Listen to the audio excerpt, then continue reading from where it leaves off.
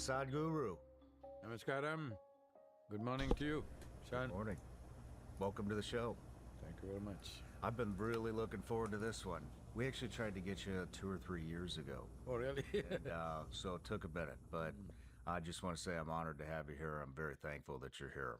And I'm very excited to talk to you about a slew of different things. So you seem like a person that has mastered being in the moment.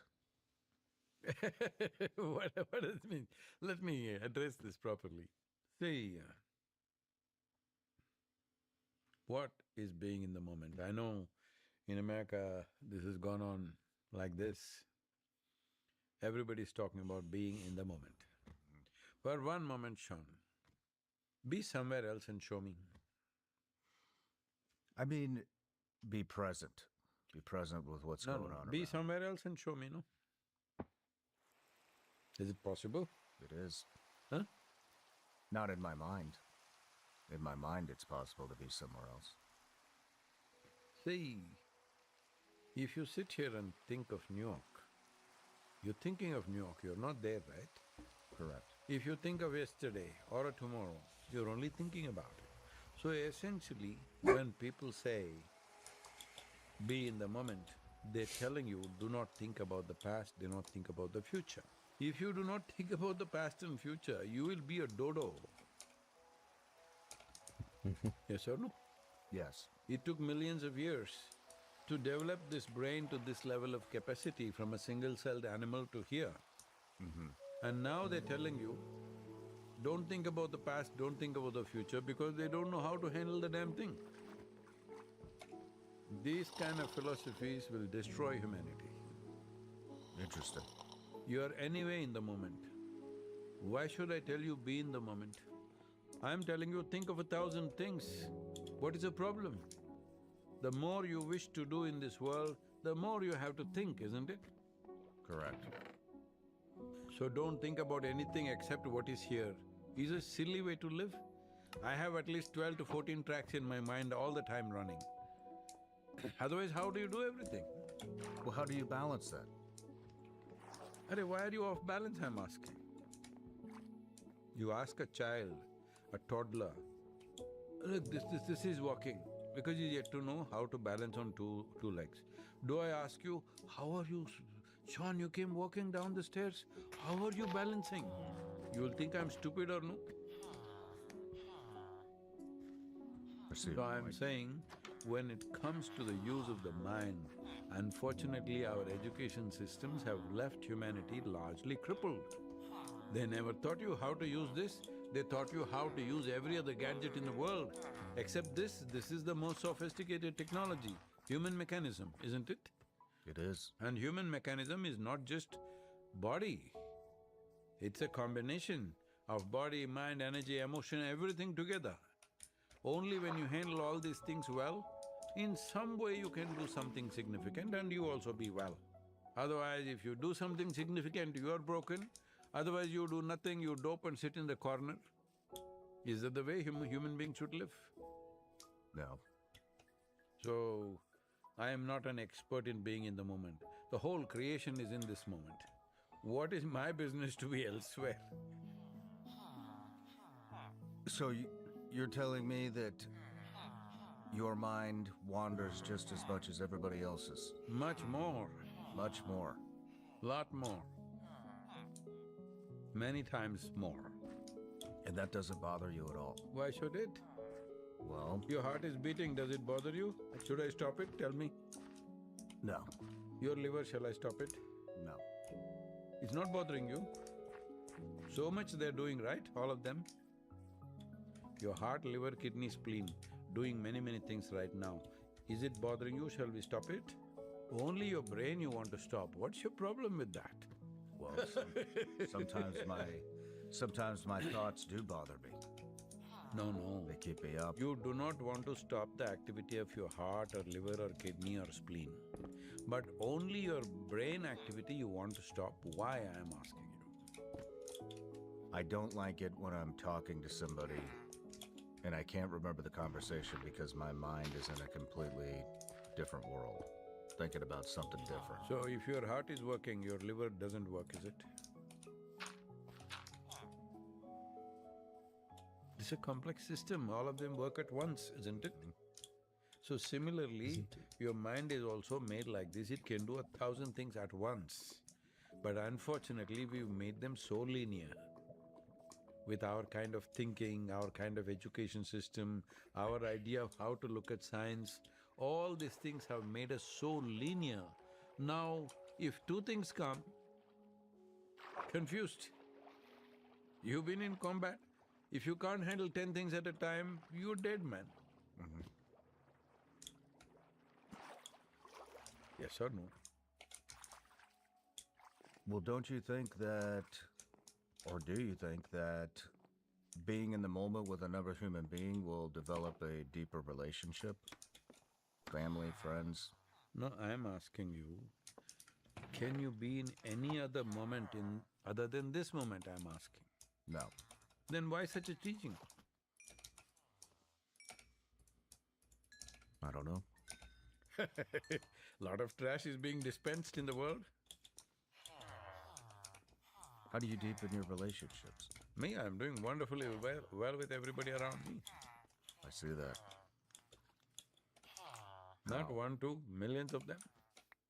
Because human relationships are essentially need-based.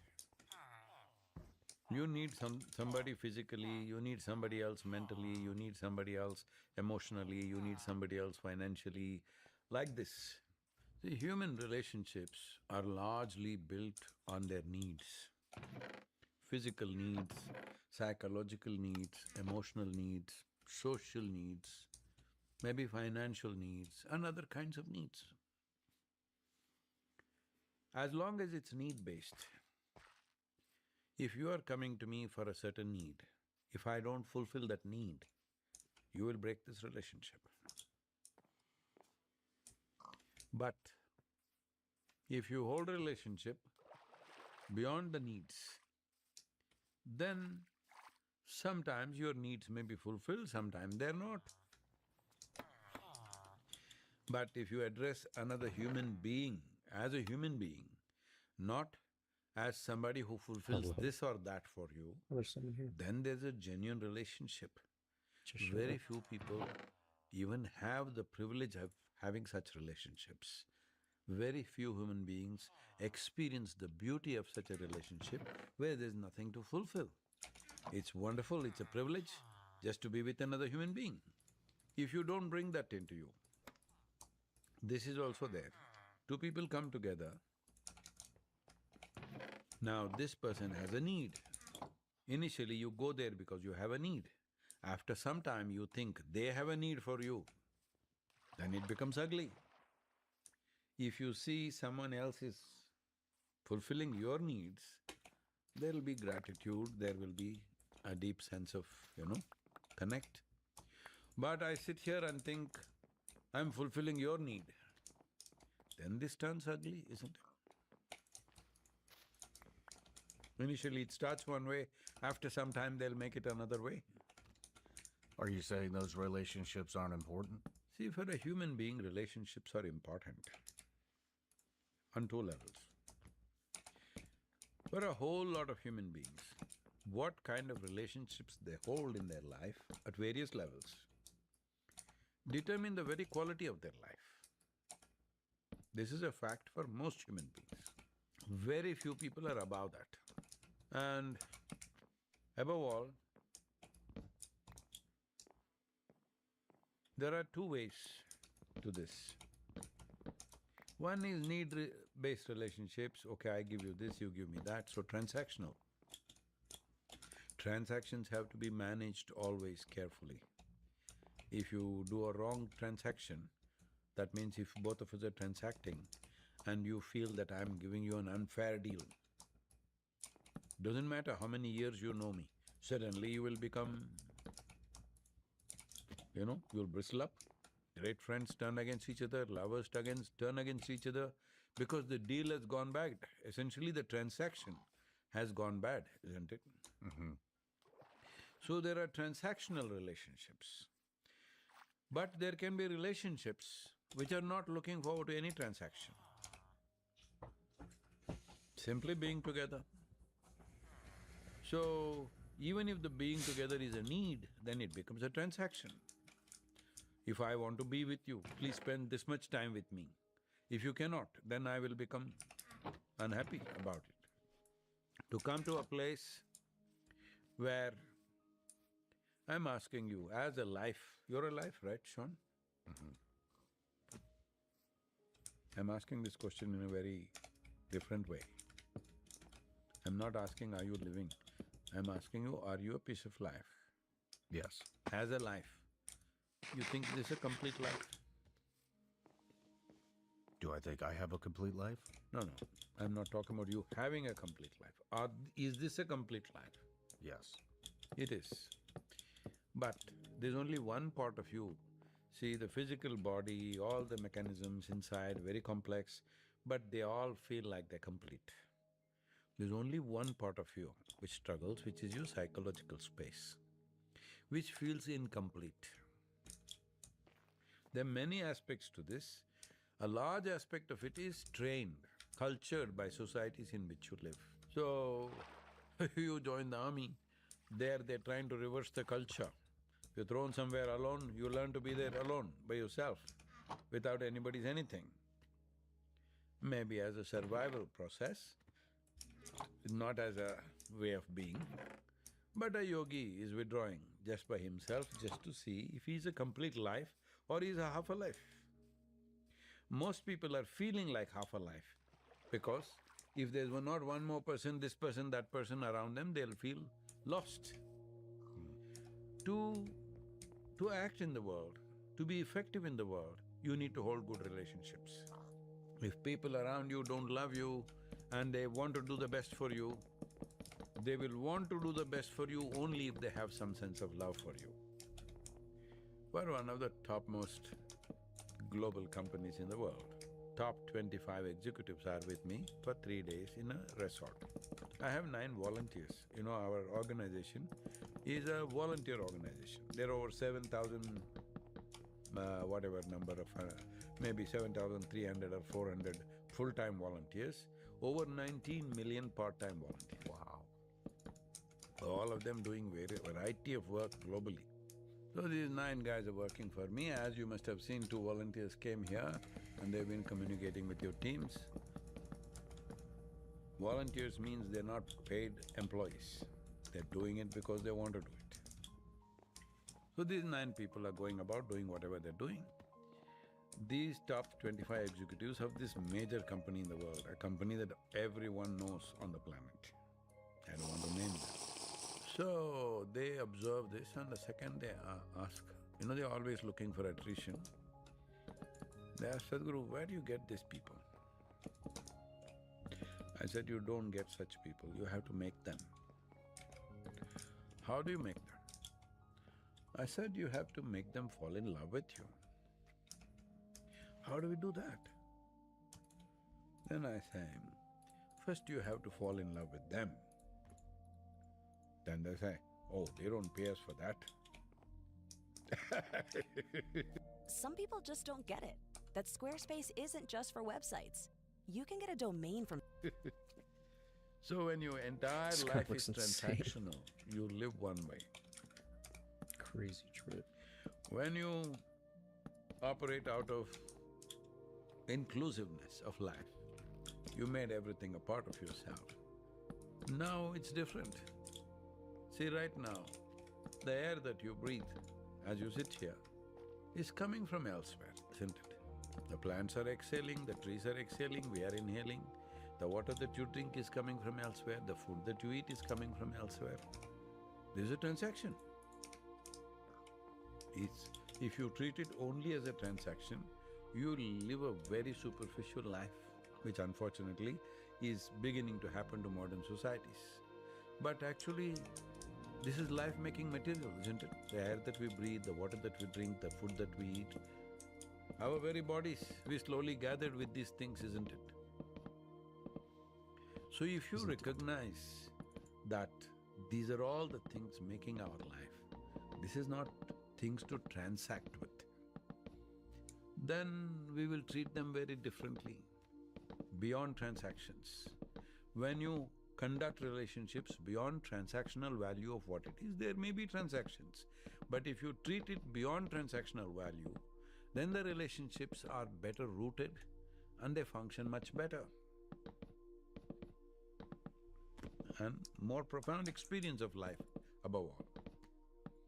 After all, with life, there are only two things in terms of experience. In terms of action, another thing. That's it, three things. When you sit here for any human being, first thing is you want pleasantness of life. You want to feel pleasant. Pleasantness means what? If you feel pleasant in the body, we call this health. You want it? Say it clearly, John. Yes. Because if ill health comes, everything that matters to our life will go away, isn't it? Health becomes full-time job. Right now there is health, so we do many things. No health, we'll do only that, pursuing health. So, when you say yes, don't say yes to me. You must say yes in such a way every cell in the body hears it. It's very important. Okay. Every cell in this body must hear that you want health. Mixed messages should not happen. Okay. So pleasantness of the body we Okay. call as health. If it becomes very pleasant, we call it pleasure. Well, that also people want. If mind becomes pleasant, we call it peace. You want? Yes.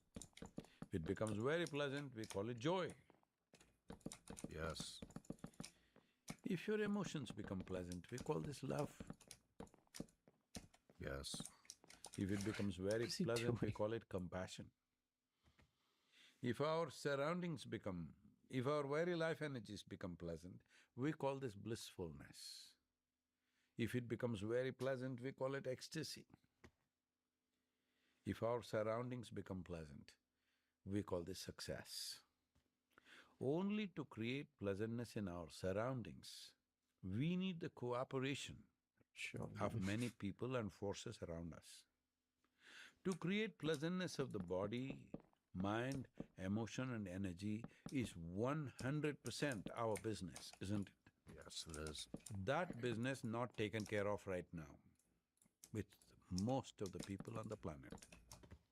There's not stress, distress in most people. Though, as a generation of people, we have more comforts and conveniences than any generation ever in the history of humanity, isn't it? It's true. But still we are not comfortable, we are not peaceful. So what's wrong? Something wrong with the world? No, we have not learned how to handle this. Nothing wrong with the world. What are we doing wrong? Huh? What are we doing wrong? Do you agree with me that this human mechanism is the most complex technology in the world?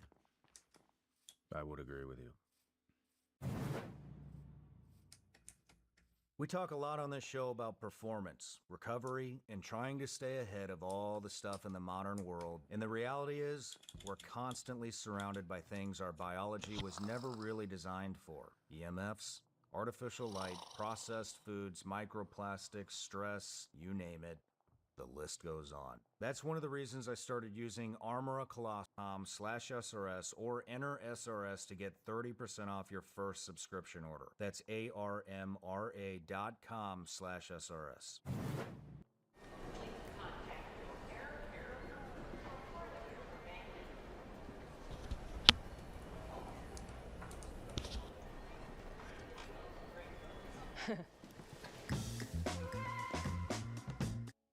There are trucks, and then there's the 2026 GMC Sierra. It's the truck. During GMC Truck Month, get 0% APR for 5 years on 2026. Have you read the user's manual? I have not. Then you're bumbling around with the sophisticated technology, that's all the problem is. What was the manual? Huh? What manual? User's manual. The users. How to use it. There is no user's manual. Who says? You may not come with a tag around your neck when you come out of your mother's womb, but it's built into this. If you pay enough attention, it's all there. Is it true? While you're a soldier, you know this well. Is it true among men or women, one person learns to use his body way better than the other one? This Same is body. true. Yeah. How come? Figured out something, isn't it? Practice, drive. Doesn't matter, figured out something. How is not the point. Somehow figured out something. Whether an athlete or a soldier or a yogi or a cook or whatever.